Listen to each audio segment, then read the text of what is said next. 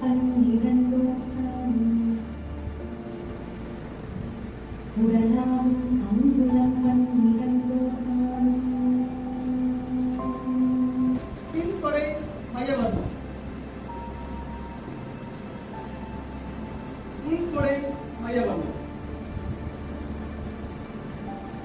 இந்த புள்ளிகளை பார்த்தீங்கன்னா பாடியினுடைய காலையிலிருந்து இரவு வரைக்கும் உள்ளுக்குள்ள இயல்பாகவே அந்த பிரபஞ்சத்தோட ஒரு ஆற்றலான ஒரு இயக்கமாக தான் இருக்கு. அந்த இயக்கம் வெளிப்புறமா பிரதிபலிச்சு எப்படி இருக்கும் அந்த ஒரு முயற்சி தான் நாங்கள் கொண்டு வந்திருக்கோம்.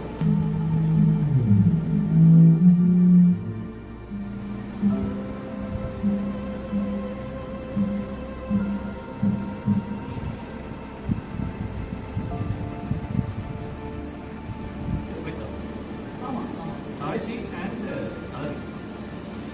Mostly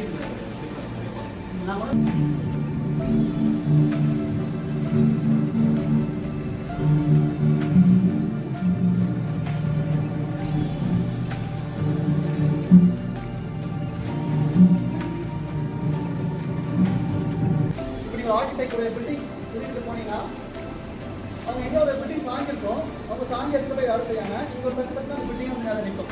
நம்ம எல்லாருமே பார்த்து முடியலாம்.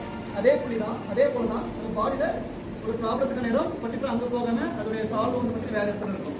அதே 5000 வருஷத்துக்கு முன்னாடி டாக்குமெண்ட் எழுதி வச்சு ஓலை சொல்லி பேசி போயிட்டாங்க.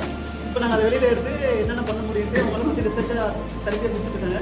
நாங்கள் மூமெண்ட்டாக டாக்குமெண்ட் பண்ணி ஒக்காபடியாக இன்டர்நேஷனல் லெவலில் பேசிட்டு இருக்கோம்.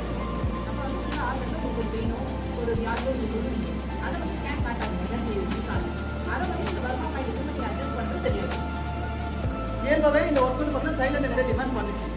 ஸோ பாட்டுக்கு டான்ஸ் ஆடுறவங்க சைலண்ட்டுக்குள்ள இந்த மூமெண்ட் வந்து கிரியேட் பண்ணி கொண்டு வந்தோம். காற்று வர்ண புள்ளிகள் வரக்கூடிய தமிழ் எழுத்துக்களை வந்து அதை கம்போஸ் பண்ணி அதை செகண்ட் லைனில் ஆட் பண்ணியிருக்கோம். ஸோ அந்த சேனல் வந்து பார்த்தீங்கன்னா உங்களுக்கு வந்து ஒரு காற்றா இருக்கும், ஒரு எலக்ட்ரிக்காக இருக்கும், ஒரு மேக்னெட்டிக் ஃபோர்ஸாக இருக்கும். அதுலேயுமே பேலன்ஸ் பண்ணி தான் நாங்கள் மியூசிக் கம்போஸ் பண்ணியிருக்கோம்.